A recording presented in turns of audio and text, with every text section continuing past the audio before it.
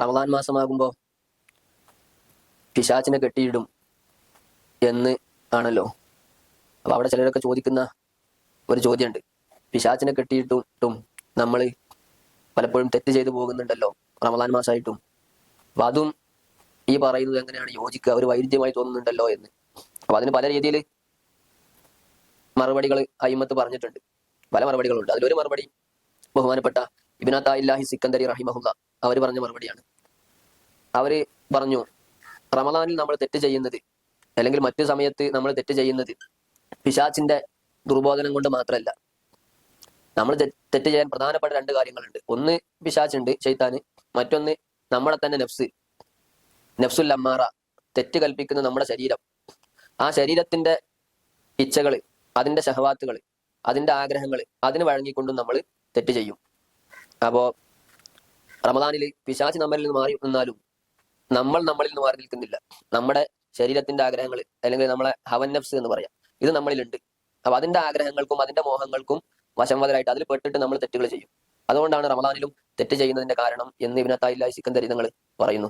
അതുകൊണ്ട് തന്നെയാണ് അയിമത്ത് പറഞ്ഞത്, മഹാന്മാർ പറഞ്ഞത്, നിന്റെ ഏറ്റവും വലിയ ശത്രു എന്ന് പറഞ്ഞാൽ പിശാച്ചല്ല. പിശാച്ച് ശത്രുവാണ്. നിന്റെ ഏറ്റവും വലിയ ശത്രു എന്ന് പറയുന്നത് നിന്റെ ഇരു ഭാഗങ്ങൾക്കിടയിലുള്ള നഫ്സ് തന്നെയാണ്. കാരണം പിശാച്ചിനെ കെട്ടിയിടും മാത്രമല്ല, പിശാച്ച് പുറത്തുനിന്നുള്ള ശത്രുവാണല്ലോ. അപ്പൊ നമുക്ക് ഒരു ജാഗ്രതയൊക്കെ ഉണ്ടാവും.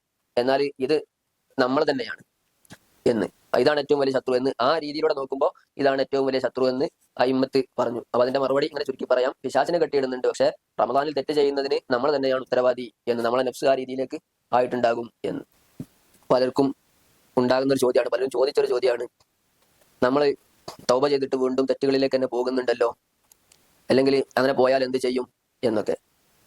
അപ്പൊ അതിന് സാധാരണ ഒരു മറുപടി പറയാറുണ്ട്, എത്ര തവണ തെറ്റ് ചെയ്താലും വീണ്ടും തൗബ ചെയ്യുക എന്നത്. പക്ഷെ ആ മറുപടി പറയുമ്പോൾ തന്നെ നമ്മൾ അവിടെ ശ്രദ്ധിക്കേണ്ട മറ്റൊരു കാര്യമുണ്ട്. അധികം ആളുകളും തൗബ ചെയ്യുന്നുണ്ടാകൂല, ചെയ്ത തൗബ ആയിട്ടുണ്ടാവൂല, തൗബയാണെന്ന് തെറ്റിദ്ധരിച്ചിട്ടുണ്ടാവും, ഞാൻ ഈ ചെയ്യുന്ന തൗബയാണെന്നുള്ളത്. കാരണം ഒരു സംഗതി ഉണ്ടാകണമെങ്കിൽ അതിന്റെ റുക്കിനുകൾ പാലിക്കണം. ഒരു ഉദാഹരണം പറയാം, റസൂലുള്ളാഹി സ്വല്ലല്ലാഹു അലൈഹി വസല്ലം തങ്ങൾ ഒരിക്കൽ ഒരു സഹാബിയെ വിളിച്ചിട്ട് പറഞ്ഞു, സല്ലി ഫഇന്നക ലം തുസല്ലി, പോയി നിസ്കരിക്കൂ, നീ നിസ്കരിച്ചിട്ടില്ല എന്ന് പറഞ്ഞു. അപ്പൊ സഹാബി നിസ്കരിച്ചിട്ടാ വരുന്നത്, നിസ്കരിക്കുന്നവരെന്നാണ് വിളിച്ചത്. അങ്ങനെ വീണ്ടും നിസ്കരിച്ചു. അപ്പോഴും റസൂലുള്ളാഹി വീണ്ടും വിളിച്ചിട്ട് നിസ്കരിക്കാൻ പറഞ്ഞു. നിസ്കാരനാണ് വരുന്നത്. ഇങ്ങനെ 2-3 തവണ ആവർത്തിച്ചപ്പോൾ നബി തങ്ങളോട് ഈ സഹാബി ചോദിച്ചു, എന്താണ് നബിയെ എന്ന് ചോദിച്ചു. കാരണം ഈ സഹാബി നിസ്കരിക്കുന്നുണ്ട്, നബി തങ്ങൾ പറയുന്നത് സല്ലി ഫഇന്നക ലം തുസല്ലി, നിസ്കരിച്ചിട്ടില്ല എന്നുള്ള. അപ്പോഴാണ് റസൂലുള്ളാഹി പറഞ്ഞു കൊടുത്ത്, എന്താണ് വിഷയം എന്ന് ചോദിച്ചപ്പോൾ റസൂലുള്ളാഹി പറഞ്ഞു കൊടുത്തു, തുമൈനീനത്തില്ല, അടങ്ങി താമസിക്കുക എന്ന് പറയുന്ന ഒരു റുക്കനുണ്ട്, നിസ്കാരത്തിന്റെ റുക്കന്, അത് പാലിച്ചിട്ടില്ല, അതുകൊണ്ട് നിസ്കാരം ശരിയായിട്ടില്ല, അങ്ങനെ നിസ്കരിക്കൂ എന്ന് പറഞ്ഞു. അപ്പൊ നിസ്കാരത്തിന്റെ അവിഭാജ്യ ഘടകമായ, നിസ്കാരം ഒഴിവാക്കാൻ പറ്റാത്ത ഒരു സംഗതിയാണ് തുമൈനത്ത്. അതില്ലെങ്കിൽ പിന്നെ നിസ്കാരം തന്നെ അല്ലാന്ന്. അതുപോലെ തൗബക്ക് ചില റുക്കനുകളുണ്ട്, അതിൽ നിന്ന് ഒന്നെങ്കിലും ഇല്ലാതെയായി പോയാൽ പിന്നെ തൗബ തന്നെയല്ല. നമുക്ക് തോന്നും നമ്മൾ തൗബ ചെയ്തിട്ടുണ്ട് എന്നുള്ളത്. ഇപ്പൊ റമദാനിലൊക്കെ ചില ആളുകൾ ഉണ്ടാവും, നല്ല ഉഷാറായി കുളിച്ചു മാറ്റിയിട്ട് ചിരിച്ചു കളിച്ച് പോകുന്നുണ്ടാവും. അപ്പോ എങ്ങോട്ടാണോ ചെന്ന് തൗബണ്ട് പള്ളിയിൽ എന്ന് പറയും, തൗബണ്ട് പള്ളിയിൽ അതിന് പോവാണ്, അല്ലെങ്കിൽ മറ്റു മജ്‌ലിസുകൾ തൗബണ്ട് എന്ന് പറയും. എന്നിട്ട് അവിടെ പോയിട്ട് കുറച്ച് ഇസ്തിഗ്ഫാറൊക്കെ ചൊല്ലിയിട്ട് കെട്ടനെ വരും. ശരിക്കും അത് തൗബ എന്ന് പറയില്ല. തൗബക്ക് 4 റുക്കനുകളുണ്ട്, ചിലപ്പോൾ 3. അത് വിശദമായിട്ട് വേറെ മനസ്സിലാക്കേണ്ടതാണ്. ഏതായാലും ഇതിൽ ഒന്നുപോലും ഇല്ലെങ്കിൽ തൗബയാകൂല. അതിന്റെ ഏറ്റവും വലുതാണ് നദം, ഖേദം എന്ന് പറയുന്നത്. ഖേദം, ഞാൻ അള്ളാഹുവിനോട് തെറ്റ് ചെയ്തു പോയല്ലോ എന്ന് പറയുന്ന ഖേദം വേണം. ആ ഖേദം അധികം ആളുകൾക്കും ഉണ്ടാകാൻ പണിയാണ്. ആർക്കും ഉണ്ടാവില്ല എന്നല്ല, പലരും ഇത് തെറ്റിദ്ധരിക്കും ഖേദമൊക്കെ ഉണ്ടായിട്ടുണ്ടെന്നുള്ളത്. ശരിക്കും ഒരു ഖേദം എങ്ങനെ ഉണ്ടാകുക? ഒരാളോട് നമ്മളൊന്ന് സന്തോഷിക്കി, ഇപ്പോൾ 2 മിനിറ്റ് സന്തോഷിക്കുന്നു പറഞ്ഞാൽ അയാൾക്ക് സന്തോഷിക്കാൻ കഴിയുമോ? ചിരിക്കാൻ കഴിയും, ചിരിയല്ല സന്തോഷം. സന്തോഷം എന്ന് പറഞ്ഞാൽ മനസ്സിലുണ്ടാകുന്ന ഒരു ഫീലിംഗാണ്.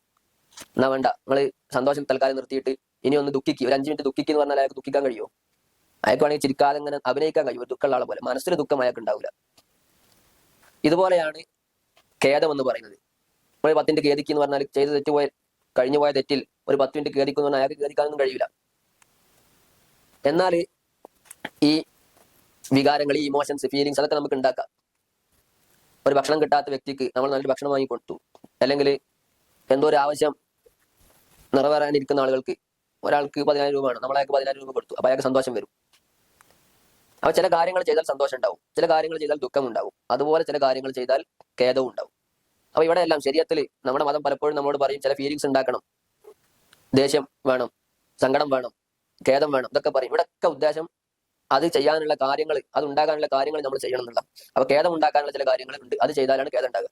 രണ്ട് അസ്തഗ്ഫിറുല്ലാഹ് എന്ന് പറഞ്ഞുകൊണ്ട് അത് തൗബയാകൂല, അത് ഖേദവും അല്ല. ഇനി ഖേദം ഉണ്ടാകുക എന്ന് പറഞ്ഞാൽ വെറുതെ ഖേദിച്ചിട്ട് കാര്യമല്ല. ഞാൻ അള്ളാഹുവിനോട് തെറ്റ് ചെയ്തു പോയല്ലോ എന്നുള്ള രീതിയിലുള്ള ഖേദം വേണം. അതുണ്ടെങ്കിലേ തൗബയാവും. പലപ്പോഴും നമുക്ക് ഖേദമാണെന്ന് തോന്നും, പക്ഷെ ഖേദമായിരിക്കില്ല. ഉദാഹരണം പറയാം, ഒരു തെറ്റ് ചെയ്തു. ഉദാഹരണം, ഒരു സിനിമ ഉണ്ട്, 2 മണിക്കൂർ സിനിമ ഉണ്ട്.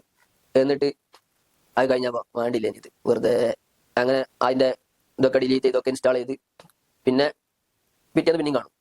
അപ്പോൾ തോന്നുന്നു നിങ്ങൾക്ക് ഖേദമുണ്ട്. ഇത് ഖേദമല്ല, ഇതിന് ലളിതത്ത് കഴിയാന്നാ പറയാം, അതിന്റെ ആനന്ദം കഴിയാം. അപ്പൊ നമ്മള് ഒരു ടീമായിട്ട് പോയിട്ട്, ഒരു കൂട്ടമായിട്ട് പോയിട്ട് ഒരു നല്ല റെസ്റ്റോറന്റ് പോയിട്ട് നല്ല അടിപൊളി ഫുഡൊക്കെ കഴിച്ച് നല്ല റാഹത്തായി തിരിച്ചു വന്നിട്ട് നമ്മളിങ്ങനെ കടന്നുറങ്ങി നീച്ചിട്ട് പിന്നെ നമുക്ക് ഉണ്ടാവും, ഓ സമയം കുറെ പോയി, വേണ്ടില്ല ഇനി പൈസ എടുത്തൊക്കെ പൈസയും പോയി, ഇനിയിപ്പോ വേറെ ആവശ്യത്തിനൊന്നും പൈസ ഇല്ലല്ലോ. ഇത് നമുക്ക് ഇതിന് നെതമെന്ന് പറയില്ല. ഇത് മന്തി കഴിച്ചാൽ അല്ലെങ്കിൽ ആ ഫുഡ് കഴിച്ചാൽ അതിന്റെ ലളിതത്ത് തീർന്ന് അതിൽ ആനന്ദം ഉണ്ടായിരുന്നു. ആ കൂട്ടുകെട്ടിന്റെയും ആ ഭക്ഷണം കഴിക്കലിന്റെ ഒക്കെ ഒരു ആവേശവും ആനന്ദവും അതിപ്പോ കഴിഞ്ഞു. ആ ലളിതത്ത് തീർന്നതാണ്, ആനന്ദം കഴിഞ്ഞതാണ്, ഖേദമല്ലത്.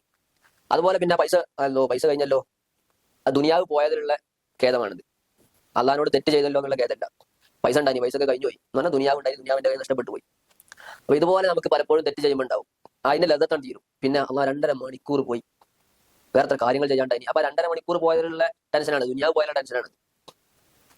എന്നാൽ 2.5 മണിക്കൂർ ഞാൻ തെറ്റ് ചെയ്തു, അള്ളാഹ് ഞാൻ നിന്നോട് ചെയ്യാൻ പാടില്ലാത്തൊരു കാര്യം ചെയ്തു, അതാണ് ഖേദം. അള്ളാഹുവിനോട് ഞാൻ തെറ്റ് ചെയ്തിരിക്കുന്നു, അത് ചെയ്യാൻ പാടില്ലായിരുന്നു, അത് ചെയ്ത് ശരിയായിട്ടില്ലല്ലോ, ഇതാണ് ഖേദം. അപ്പോ ഈ ഖേദം വേണം, അപ്പോഴേ അത് തൗബന്റെ ഒരു റുക്കനാകുന്നുള്ളൂ. ഇങ്ങനെ ബാക്കിയുള്ള റുക്കനുകൾ റെഡിയാകണം. അങ്ങനെ ഒരാൾ തൗബ ചെയ്താൽ പിന്നെ ആ തൗബ പൊളിക്കാതെ അയാൾ മുന്നോട്ട് കൊണ്ടുപോകണം. അത് മഹ്ദൂം നമ്മളൊക്കെ പറഞ്ഞിട്ടുണ്ട്, ഒരു തൗബാണ് ചെയ്ത് കഴിഞ്ഞാൽ പിന്നെ അങ്ങനെ അന്തം വിട്ട് നടക്കുക അല്ലെങ്കിൽ ചിരിച്ചു കളിച്ച് നടക്കല്ല വേണ്ടത്. ആ തൗബ ചെയ്തത് അത് പൊളിക്കാതെ ഇനി അടുത്ത ഒരു തൗബ ചെയ്യേണ്ടാത്ത രീതിയിലേക്ക് മാറാനുള്ള കാര്യങ്ങൾ ചെയ്യണം. അതിനെന്തൊക്കെ വേണ്ടെന്ന് അവർ അതിക്കിയാലൊക്കെ പറഞ്ഞിട്ടുണ്ട്. അതിക്കിയ എന്ന കിതാബിൽ ബൈത്തിത്താബാണത്, അതിൽ അവർ പറഞ്ഞിട്ടുണ്ട്. ഇനി എന്ത് ചെയ്യണം, വഖിഹ് ബിൽ മുഹാസബത്തില്ലത്തി തൻഹാക തഖ്സീർ എന്ന് പറഞ്ഞിട്ട് വിശദമായിട്ട് അതിൽ പറയുന്നുണ്ട്. അപ്പൊ ഇങ്ങനെ ഒരു തൗബ നമ്മൾ ആദ്യം ചെയ്യണം. ആ തൗബ ചെയ്താൽ മിക്കവാറും അടുത്ത തെറ്റുകളിലേക്ക് പോകുന്നുണ്ടാവില്ല. അപ്പൊ അധികം ആളുകളും ഇങ്ങനെ ഒരു തൗബ ചെയ്യുന്നുണ്ടാവില്ല. ശരിക്കും ഉസ്താദിന് അള്ളാഹുവെ ഞങ്ങൾ പാപികളാണെന്ന് പറയുമ്പോൾ ആമീൻ, ഞങ്ങൾ ദോഷികളാണ് ആമീൻ എന്ന് പറയും. ചിലപ്പോൾ നമുക്ക് അതിനേക്കാളും മോശമായിരിക്കും നമ്മളെ അവസ്ഥ. പള്ളിയിൽ ഉസ്താദ് അല്ലെങ്കിൽ ഏതെങ്കിലും മജ്‌ലിസിന് തങ്ങൾ ഇങ്ങനെ തോർക്കുന്നുണ്ടാവും, ഞങ്ങൾ ദോഷികളാണ് പാപികളാണ്. അപ്പൊ അടുത്തുള്ള ആള് ആമീൻ ആമീൻ എന്ന് പറയുന്നുണ്ടാവും. അപ്പൊ നമുക്ക് തോന്നും, അവിടെ ആയിട്ടില്ലല്ലോ, ഇപ്പോഴെന്തിനാ ആമീൻ പറയണേ, ഞങ്ങൾക്ക് പുറത്തു തരണം എന്ന് ഉസ്താദ് പറയില്ലേ, അപ്പോൾ ആമീൻ പറഞ്ഞാൽ പോരെ. ഇതൊക്കെ ആയിരിക്കും നമ്മളെ ചിന്ത. അപ്പൊ ഇങ്ങനെ ആമീൻ ആമീൻ എന്ന് പറഞ്ഞാൽ അത് ഉത്തരം കിട്ടും. ചിലപ്പോൾ നമുക്ക് പിന്നീട് തൗബ ചെയ്യാനൊക്കെ തൗഫീഖ് ഉണ്ടാവും. പക്ഷെ അത് തൗബയല്ല.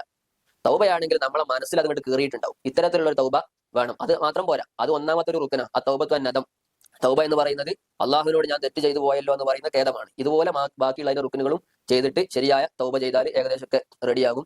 അള്ളാഹു തആല നമുക്ക് മരണത്തിന്റെ മുന്നേ എല്ലാ തെറ്റുകളിൽ നിന്നും തൗബ ചെയ്ത് ശരിയായ നസൂഹായ തൗബ ചെയ്ത് ഖൽബ് ലംഘി പ്രകാശിച്ച് പരിപൂർണമായ ഈമാനോടുകൂടെ മരിക്കാനുള്ള തൗഫീഖ് നമ്മുടെ ഉസ്താദുമാർക്കും മശായിഖിനും മാതാപിതാക്കൾക്കും ബന്ധുമിത്രാദികൾക്കും ഭാര്യ മക്കൾക്കും ഒക്കെ നൽകട്ടെ. വസല്ലല്ലാഹു തആല വസല്ലമ അലാ ഖൈരി ഖൽഖിഹി സയ്യിദിനാ മുഹമ്മദിൻ വഅലാ ആലിഹി വസഹ്ബിഹി അജ്മഈൻ. ജസല്ലാഹു ലനാ അഹ്മദൻ ഖൈറ മാ ജസാ ഫമുദജഅനാ ബിൽ ഹഖ് ഫൽ ഹഖ് ബിൽ